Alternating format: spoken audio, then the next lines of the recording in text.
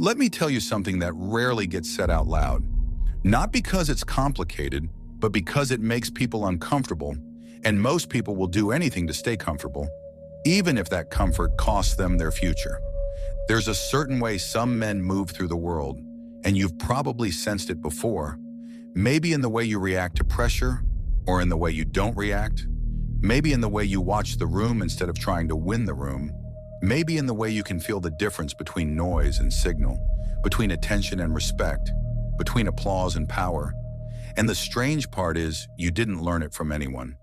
You just noticed it in yourself, like a quiet instinct you've always had, but never had language for. Most people are trained to live on other people's terms and call it being realistic, as if realism means shrinking, as if maturity means surrender, as if safety is a virtue when it's actually just a cage with softer walls. And they'll recommend that cage to you with a smile because it makes them feel better about the fact they never left their own. And the advice usually sounds harmless because it comes wrapped in politeness and concern and, "I just want what's best for you." But beneath it is a simple message that can rot a man from the inside if he accepts it. Don't aim too high, don't take risks, don't step out of line. Don't outgrow the version of you that makes other people comfortable. But some men were never built for that arrangement. Not because they want to prove something, not because they need to be seen, but because they can't pretend forever. Because the cost of pretending starts to feel like suffocation. Because at a certain point you either choose your own path, or you slowly become the type of person who complains about life, while secretly knowing it was your own cowardice that negotiated the deal. And this is where it starts, not with motivation, not with hype, not with some dramatic promise that you're going to change everything overnight, but with a quiet shift in authority, a decision that doesn't need applause, a decision that doesn't need permission, a decision that happens internally, where you stop asking the world what's allowed and you start asking yourself what's true. Because the world will happily give you a script, and it will even reward you for reading it. And that reward is what traps most people.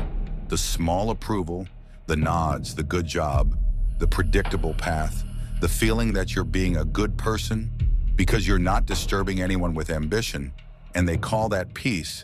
But it isn't peace, it's sedation. Peace is something else. Peace is when you're aligned. Peace is when you're not split into two people, the one you show the world and the one you hide from yourself. Now listen closely. There's a reason the strongest men you've ever met don't talk much about what they're going to do. It's not because they're mysterious for attention.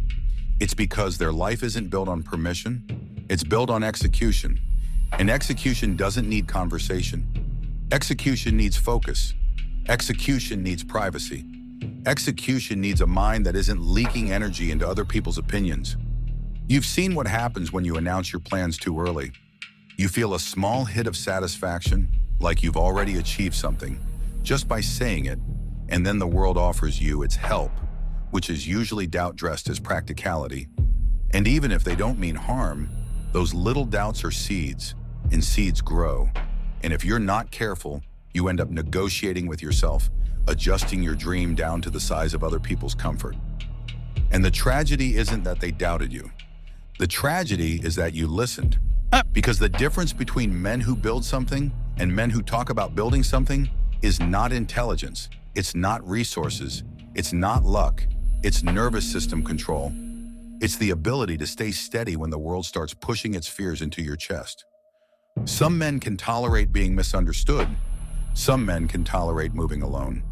Some men can tolerate the silence of early progress, when nothing is visible yet, when no one claps, when no one believes you, when there's no proof, just routine and patience.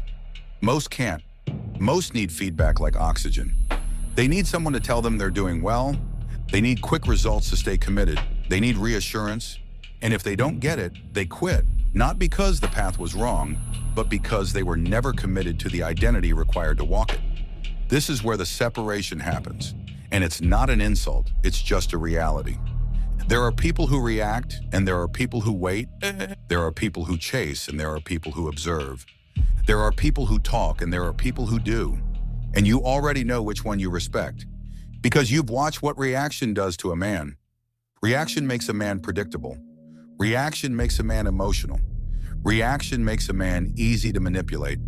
He gets pulled by headlines, by opinions, by trends, by the mood of the room, by whatever the crowd is panicking about today, and he calls it staying informed, but really he's just staying available for distraction. And that kind of man is always tired, always stressed, always behind, always explaining himself, always defending his choices like he's on trial, because deep down he's still trying to earn permission to be who he wants to be. But there's another kind of man, and he doesn't need to dominate the room. He doesn't need to win arguments. He doesn't need to broadcast his intentions. He can sit in silence while other people perform. He can watch patterns while other people get emotional. He can feel momentum building without touching it too early. And that patience isn't laziness. It's power. It's the power to delay gratification without collapsing. It's the power to resist impulse without feeling deprived. It's the power to let other people expose themselves while you remain unreadable. If this resonates with you, don't overthink it. Just hit the like because you already know why it hit. And if you're new here, subscribe, not for entertainment, but because reminders like this are rare and you don't need many, you just need the right ones at the right time. Now, eventually, life will hand you a mirror, not the kind you hang on the wall, the kind that shows you who you are under pressure. And for a lot of men, that mirror is business. For some, it's relationships. For others, it's physical training. And for certain men, it becomes trading. Because trading doesn't care what you intend. Trading doesn't care what you believe. Trading doesn't care how badly you want it. It shows you exactly what you are in real time. When money is on the line, when uncertainty is high, when outcomes are random, when the market does what it wants, and you have one job to do what you said you would do. And most people discover something painful here. They don't have a strategy problem. They have an identity problem. They strategy hop because they can't tolerate being wrong. They chase moves because they can't tolerate waiting. They enter early because they can't tolerate missing out. They exit early because they can't tolerate open risk. They revenge trade because they can't tolerate a bruised ego. They look for confirmation because they can't tolerate solitude inside their own decision. And it keeps happening, not because they're stupid, but because their nervous system is running the account. They're not executing, they're coping. And you can feel this cycle because you've lived it. You've watched price move without you and felt that sting in your chest, like the market left you behind, and you jumped in late to make the feeling stop. And when it snapped back, you told yourself you need a new system. But the truth was simple. You needed a new way of operating. You've taken losses that weren't even bad trades. They were just trades taken in the wrong state, taken because you were impatient, taken because you were trying to get back what you lost, taken because you were bored, taken because you wanted something to happen. And then you've had those rare days, the days where you waited and watched and did nothing until the conditions aligned. And when you executed, it felt clean, almost quiet, like there was no drama in it, no force, no begging, just a simple action inside a clear window. That's the real divide. Not good traders and bad traders, but reactive men and disciplined men. And discipline doesn't mean trying harder. Discipline is an effort for this type of person. Discipline is identity. Discipline is the natural output of a man who respects himself enough to keep promises to his own mind. This is where the hunter-trader archetype shows up.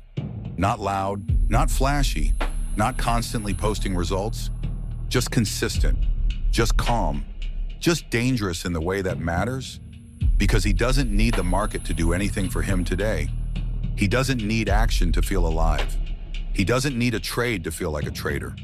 He can sit through entire sessions without touching a button because he knows the difference between motion and progress. And when he does trade, he doesn't trade because he feels it. He trades because the environment is right, because the range has formed, because the conditions have aligned, because the market has shown its hand. And this is where the CLS framework becomes more than a method. It becomes a filter for identity. Because what you're really doing is training yourself to wait for the kind of structure that rewards patience. Those ranges that form and compress. Those moments when price reaches a key area and starts telling the truth through behavior. Those times when the market sweeps where it needs to sweep, grabs what it needs to grab, and only then offers the cleanest move to the people who weren't begging for it. CLS is not magic, it's a mirror. It punishes impatience. It exposes ego. It reveals whether you can hold yourself steady while the crowd panics. And once you understand that, your biggest breakthroughs stop being technical. They become personal. You stop chasing trades and you start building standards. You stop looking for constant action and you start respecting boredom. You stop trying to win today and you start trying to become the kind of person who wins over time. Because the hunter-trader doesn't need 1,000 trades. He needs a few clean executions, repeated, logged, reviewed, refined. He builds his life around repeatability. He builds his mind around neutrality. He doesn't romanticize chaos. He doesn't worship adrenaline. He doesn't confuse being busy with being effective. And the strange part is, to most people, that looks boring. They want the drama. They want the rush. They want the story. They want to feel like they're in it. But certain men don't want the story. They want the result. And results come from repetition, the sacred kind, the boring kind. The kind that builds a man so slowly that one day he looks back and realizes he's not the same nervous system he used to be. This is why routine becomes protective, not restrictive. Protective, because a routine is what keeps you from negotiating with yourself. A routine is what keeps you from entering trades in random states. A routine is what keeps you grounded when the market is trying to tempt you into impulsiveness. A routine is what keeps your standards intact when your emotions try to bargain. And you don't build that routine like a punishment. You build it like armor. You wake up and you do the same preparation because it's who you are. You journal because it's who you are. You wait because it's who you are. You accept missing trades because it's who you are. You take the loss clean because it's who you are. You do not need to feel motivated to do any of it, because motivation is unreliable, and the hunter does not build his life on unreliable things. He builds his life on principles, on systems, on standards, on identity. If this is hitting you, drop a comment that simply says, "I wait, then I execute." Not for me, for you, because words can be a blade when they're used as a vow. Now let's talk about the silent part, the part no one celebrates, the part no one posts, the part where your life actually changes. It's the moment you stop explaining yourself, the moment you stop trying to convince people, the moment you realize you don't owe anyone a detailed breakdown of your future. Because explaining is often a form of seeking permission, and permission is a chain. You don't need it. You can love people and still move differently than them. You can respect your family and still outgrow their expectations. You can be kind and still be unreachable to doubt. You can be humble and still be ambitious. You can be quiet and still be unstoppable.